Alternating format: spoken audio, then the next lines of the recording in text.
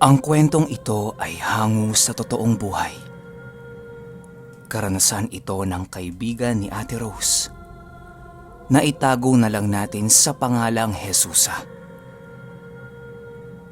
Taong 1987. Escalante, Negros Occidental.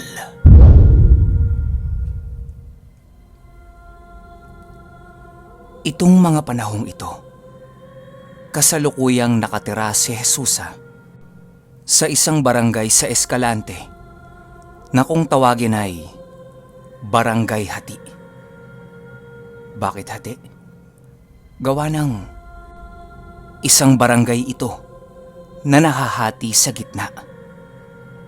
Isang barangay lang pero merong ilog na namamagitan. Kaya hati siya sa dalawa. Nakatira sila Jesusa noon sa gawing kanan ng barangay. Mas konti ang mga nakatira dyan kumpara doon sa gawing kaliwa. Sa kaliwa kasi, ando doon yung palengke. Kaya mas maraming tao ang nakatira doon. Kaya kapag mamamalengke itong sila Jesusa, mula gawing kanan kung saan sila nakatira, kailangan nilang tumawid sa medyo mahaba-habang tulay para makarating sila sa gawing kaliwa kung nasaan naman yung palengke. Medyo magulo, no? Pero importante kasi yung mga detalye na yan. Kaya sana maalala nyo. Isang hapon, papauwi si Jesusa noon galing sa dagat. Naligo kasi sila ng mga kaibigan niya. Habang naglalakad siya papauwi, meron siyang nadaan ng bahay sa gawing kaliwa na parang may nagtatalo eh. Rinig na rinig niya kasi yung bulyawan ng mga nag-aaway. Isang lalaki tsaka isang babae yun. Mag-isa na lang siyang naglalakad nun papauwi. Lahat kasi ng kaibigan niyang kasama niyang pumunta ng dagat nakatira sa gawing kaliwa. Naisipan niya na bakit hindi niya pakinggan kung anong pinagtatalunan ng dalawa? Yun bang makikichismis lang siya? Nilapitan niya yung bahay. At yung bahay na yun pala, malapit na sa tulay na dadaanan niya papauwi sa kanila. Rinig na rinig niya na paulit-ulit na nagsasalita yung babae ng sanggol, buntis, akin yun, akong kukuha, huwag ka makialam, gutom na ako. Mga ganyang salita lang yung klaro sa kanya kasi halos sumasabay din sa pagsasalita yung lalaki. Pero yung mga sinasabi ng lalaki, parang panay awat doon sa babae. Sa patuloy na pakikinig ni Jesusa sa dalawang nagtatalo, unti-unti nang naging malinaw sa kanya kung ano ang pinagtatalunan ng dalawa. Yung babae pala, pilit ng pilit sa lalaki na meron itong gustong biktimahing sanggol at kakainin niya yun. Sobrang takam na takam siya dahil kahit nasa malayo, amoy na amoy niya yung alingasaw nung buntis. Nung naging klaro na kay Jesusa yung pinagtatalunan ng dalawa, bigla na lang siyang nanlambot sa pwesto niya at tila ba kinilabutan siya dahil nga nakakasulasok yung pinagtatalunan ng dalawa. Nag-ipon muna ng lakas si Jesusa bago siya tumakbo papalayo sa bahay na yon. Paglingon niya sa bahay, nakita niyang may nakadungaw doon na babae at buhaghag ang buhok nun. Bigla na lang sumigaw na parang baliw yung babae at sinabunot sa bunutan niya yung sarili niya. Nakaturo pa yun sa kanya. Habang yung lalaki naman, sumilip saglit at bigla na lang nawala sa tabi ng babae. takot na tumatakbo si Jesusa papatawid ng tulay. Habang tumatakbo siya, malayo pa lang, meron na siyang natatanaw na malaking aso ang nag-aabang sa kanya sa kabilang dulo ng tulay. Tumigil siya sa pagtakbo at dahan-dahan siyang naglakad.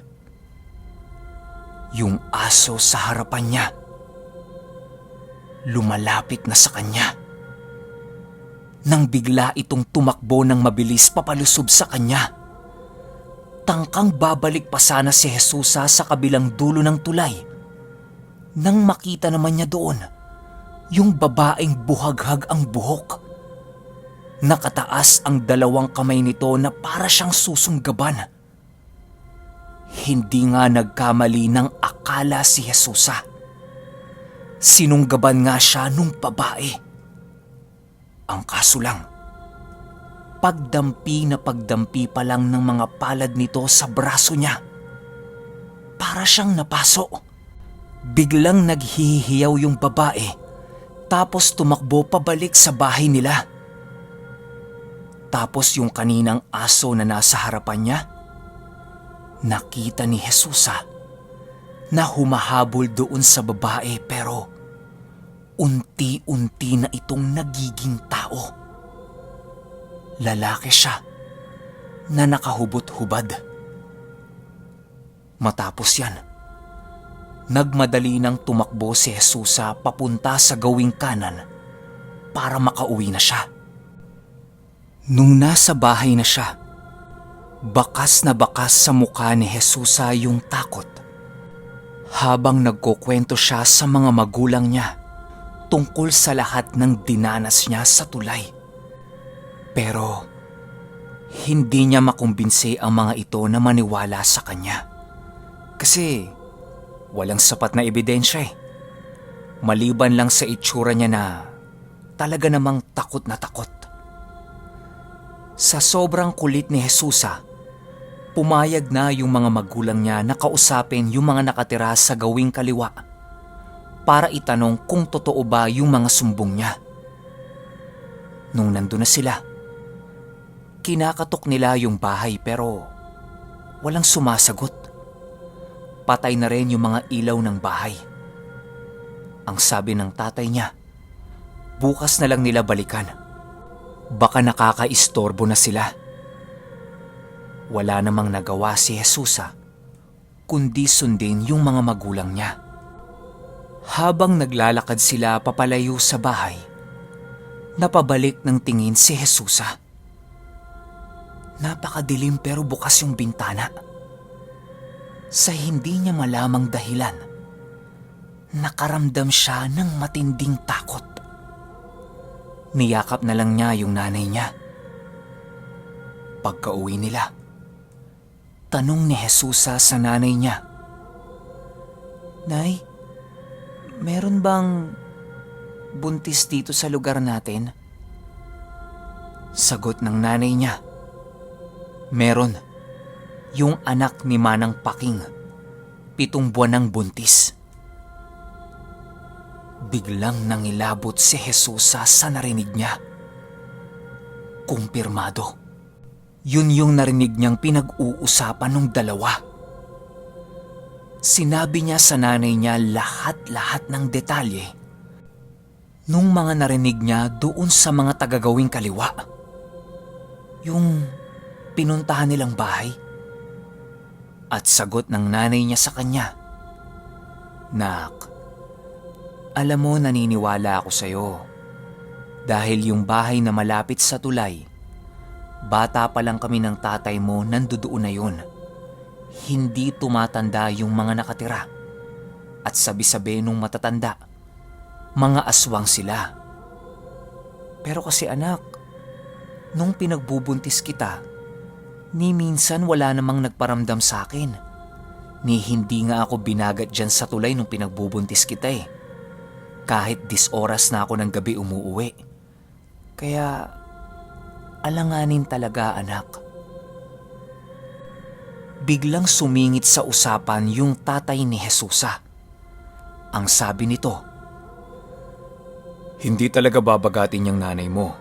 At saka, walang aswang na maglalakas loob magparamdam dyan. Alam mo kung bakit? Kapain mo yung kaliwang kamay ng nanay mo. Kinapa naman ni Jesusa yung kaliwang kamay ng nanay niya. Nagulat siya kasi sa may bandang ilalim ng hinlalaki ng nanay niya, may nakakapa siyang parang mga maliliit na bilog. Maihahalin tulad sa munggo. Ganon yung nakakapa niya tapos 3 piraso. Nagulat ngayon si Jesusa. Tanong niya sa tatay niya, "Tay, ano to? May mga bukol sa kamay ni nanay oh." Sagot ng tatay niya sa kanya, "Binaong ko yan sa nanay mo. Nung 3 buwan ka pa lang niyang ipinagbubuntis. Hindi kasi nararamdaman ng nanay mo pero maraming makukulit sa paligid. Yang nakabaon na yan, galing pa sa lolo mo yan. Ang tawag sa lugar nila, laha. Agimat yan na nakukuha sa mga kalamansi." Manghang-mangha siya sa naging paliwanag ng tatay niya. Meron palang malakas na pangontra yung nanay niya na hindi niya alam. Dagdag pa ng tatay niya, "Baka kaya hindi lumabas yung mga nasa gawing kaliwa kasi naramdaman yung baon ng nanay mo. Bukas sabihin natin kay Manang Paking yung mga narinig mo para malaman din nila." Medyo nakahinga ng maluwag si Jesusa sa mga narinig niya. Oras na ng tulugan. Hirap na hirap matulog si Jesusa nun. Kahit anong anggulo niya sa paghiga, hindi siya makatulog. Maya-maya pa, narinig niya na nagkakahulan lahat ng aso ng kapitbahay nila. Pinapakiramdaman ni Jesusa kung anong nangyayari sa labas. Dahil hindi siya makatiis, sumilip na siya sa bintana ng kwarto niya. Pagsilip niya, may nakita siyang malaking itim na nilalang ang naglalakad sa labas ng bahay nila. Mabilis itong naglalakad nang biglang tumigil at lumingon kung nasaan siya. Biglang nagtago si Jesusa kasi kinabahan siya. Ayan na, sobrang iingay na ng mga aso. Hindi na nagtangka pang sumilip si Jesusa sa bintana nila. Nakinig at nakiramdam na lang siya sa mga nangyayari sa paligid. Ilang minuto pa ang lumipas, tumahimik na ang lahat ng mga aso. Akala ni Jesusa tapos na yung pagpaparamdam. Nang bigla na lang, meron siyang narinig sa bubungan nila na lumagabag, parang bumagsak o nahulog. Inaabangan niya kung anong gagawin nung nasa bubong. Hindi niya alam kung ano yon. Imposibleng pusa kasi hindi nag-iingay yung aso nila. Nakarinig si Jesusa na parang merong hinihingal at kapos na kapos sa paghinga. Ganito yung tunog.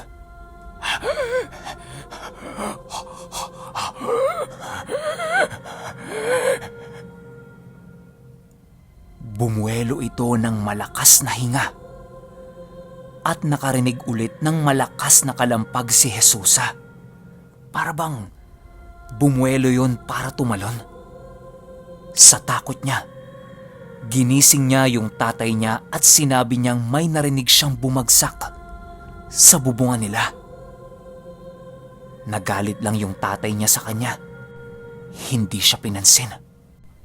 Pero ang ginawa ni Jesusa, doon na lang siya natulog sa kwarto ng mga magulang niya. Kinaumagahan, nagising si Jesusa kasi narinig niyang nagsisisigaw yung tatay niya. Bumangon kaagad siya para tingnan. Ang dahilan pala, yung 4 sa alaga nitong mga manok, patay. Wakwak ang mga tiyanon at lahat walang ulo. Imposibleng daga o pusa ang gumawa nun kasi bilog na bilog yung butas ng tiyan ng mga manok niya. Tapos parang hinila papalabas yung mga laman loob.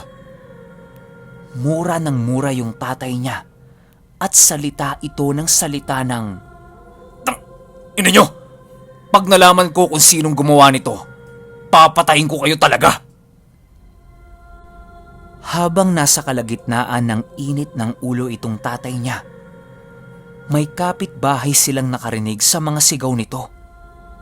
Yun din palang kapitbahay nila na yon, namatayan ng mga hayop. Pumunta yon sa bahay nila at sinabi niyang namatayan din siya ng mga hayop.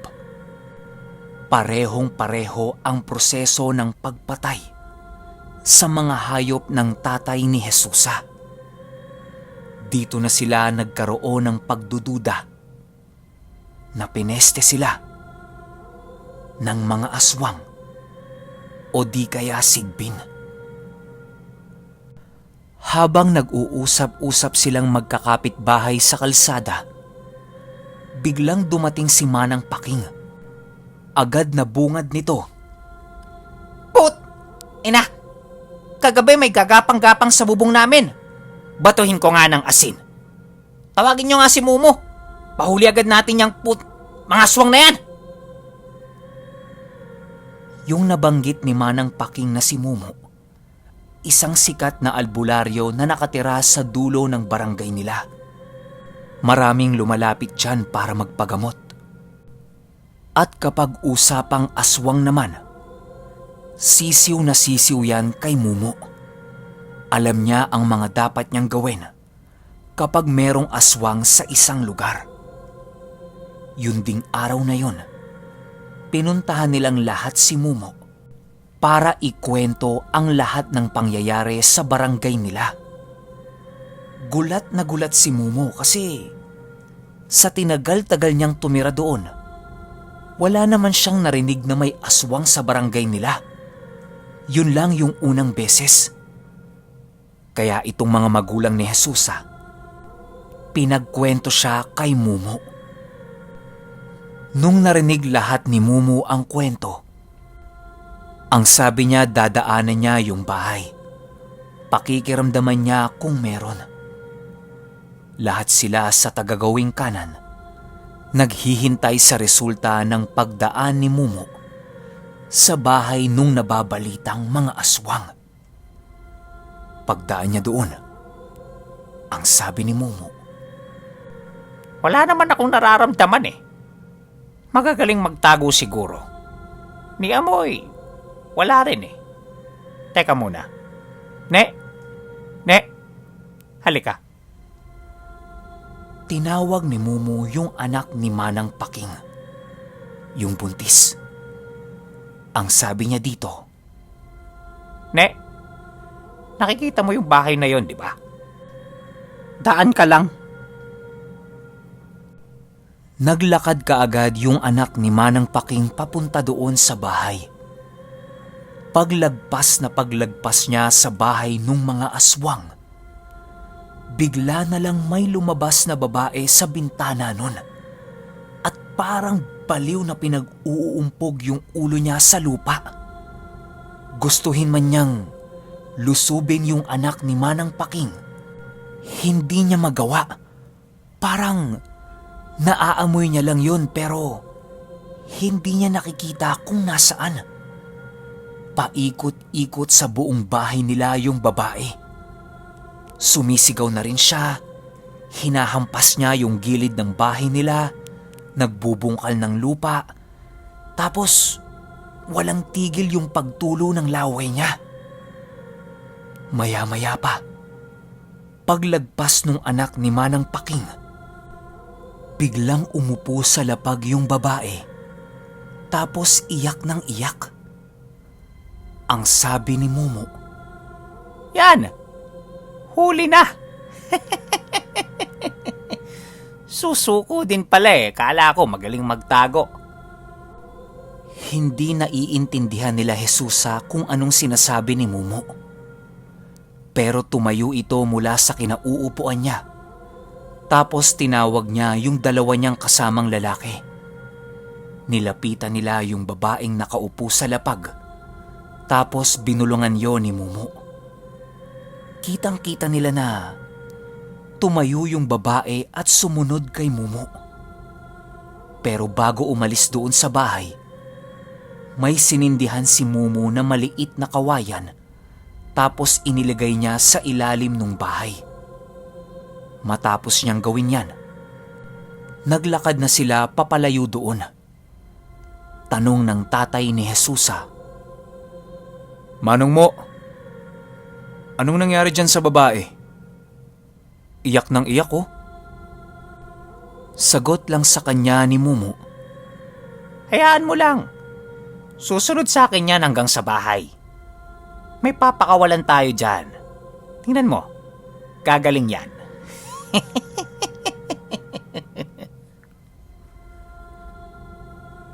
Pinasundo na ni Mumu kay Manang Paking yung anak niya. At ang sabi pa nito, ligtas na yon sa kahit anong banta ng mga aswang. Wala nang makakadikit sa anak niya dahil meron itong binaon sa kaliwang tenga nun. Wag na wag lang siyang maliligo sa ilog o di kaya dagat kasi maaaring may kumuha doon sa inilagay niya. Takaw-agaw kasi yon sa mga engkanto. Baka masayang lang. Nung nakabalik na yung anak ni Manang Paking, naglakad na sila pabalik sa gawing kanan. Naiwan na lang sa bahay si Jesusa nun. Hindi na siya pinasama ng tatay niya. Ilang oras ang lumipas. Pagbalik ng tatay niya, para bang dismayado ang mukha nito. Kaya tinanong niya ng, "Tay, bakit?" Sagot nun sa kanya, "Yung babaeng sinama ni Mumu.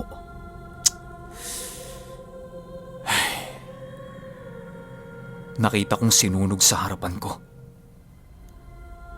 Naririnig ko yung pagsigaw niya, yung sakit na nararamdaman niya.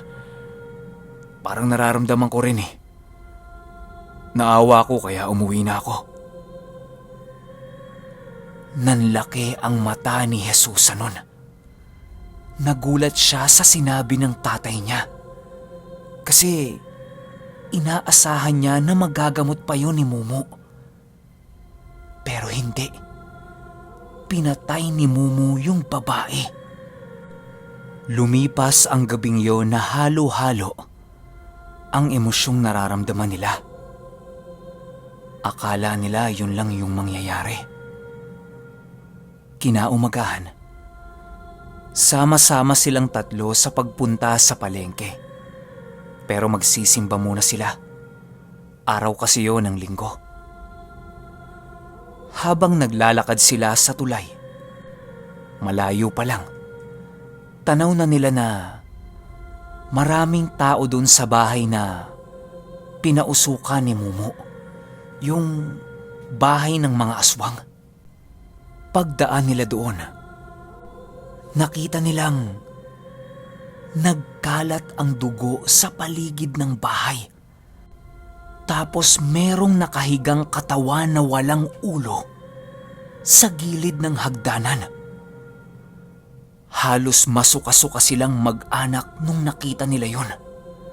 Tinakpan ng tatay niya yung mga mata niya para hindi niya makita ng buo.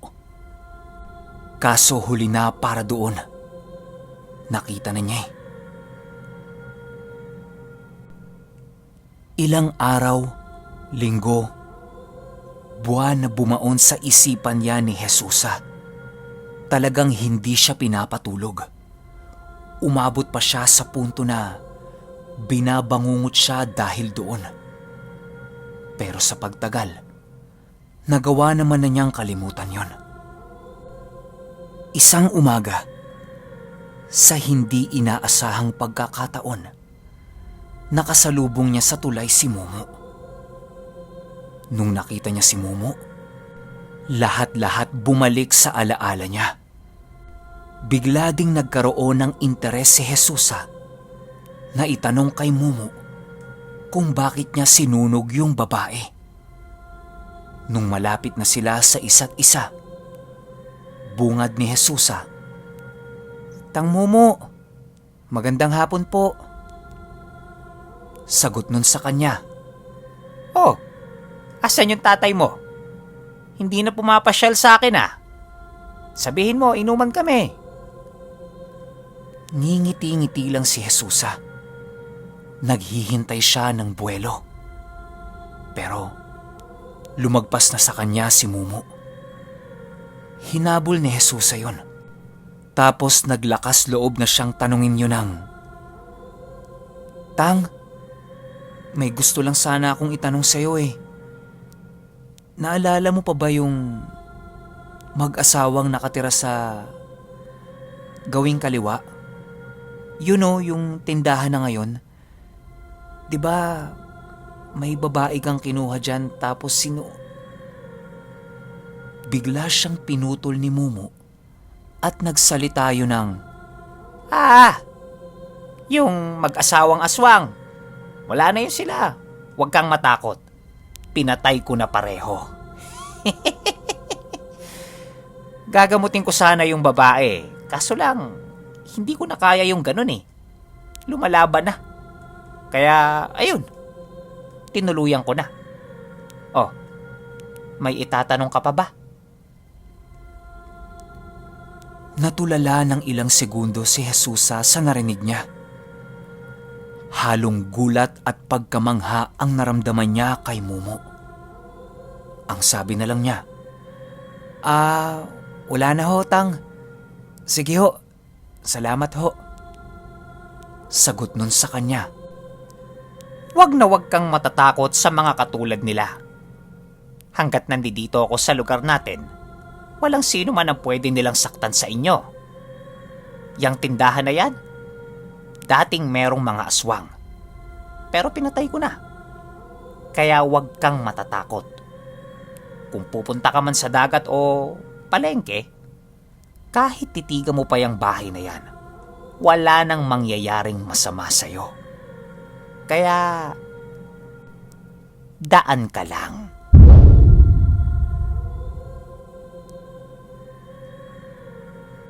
Okay, opinyon ko sa kwento. Grabe. Tindi nito ni Mumu, no? Ibang klase. Pero dagdag ko lang si Mumu, kilala rin niya na malakas manggayuma sa lugar nila. Matapos yung insidente na yan, mga 5 o 7 taon ang lumipas, may mga dalagang ginayuma yan si Mumu. May mga manggagamot din kasi sa lugar nila eh. Kaya nalaman yung ginagawa niyang kalokohan. Tinanong siya ng mga yon kung aalis ba siya doon o papatayin. Masyadong bilib si Mumu sa kakayahan niya eh. Pakiramdam niya, walang makakagalaw sa kanya. Kaya ang ending, pinatay ng mga tigagawing kanan si Mumu. Ang masasabi ko sa kwento, ibang klase din yung pananakam nung babaeng aswang doon sa buntis, no? Talagang hindi siya nakapagpigil. Buti na lang alam ni Mumu kung papaano bitagin yung ganong klase ng aswang, di ba? Kasi kung hindi, malamang patay na yung buntis na yon. Kung hindi man siya patay, yung anak niya. At doon sa parte na napaso yung babae nung sunggaban si Jesusa, kung napakinggan nyo ng maigi yung takbo ng kwento, galing ng dagat si Jesusa nun. at naligo siya kasama ng mga kaibigan niya. Make sense, di ba? Yung dagat, alam naman natin na punong-puno yun ng asin at mabisang pangontra yan sa mga aswang. At last na, yung agimat na nakukuha sa kalamansi, yung laha. Ngayon ko lang narinig yan. Baka may mga antingero tayong nakikinig dyan, oh. Paki-comment naman sa baba kung anong gamit nung laha. Pero kayo, kung may opinyon kayo sa kwentong ito, i-comment nyo lang sa baba. Yun lang. Hanggang sa susunod na kwento. Salamat.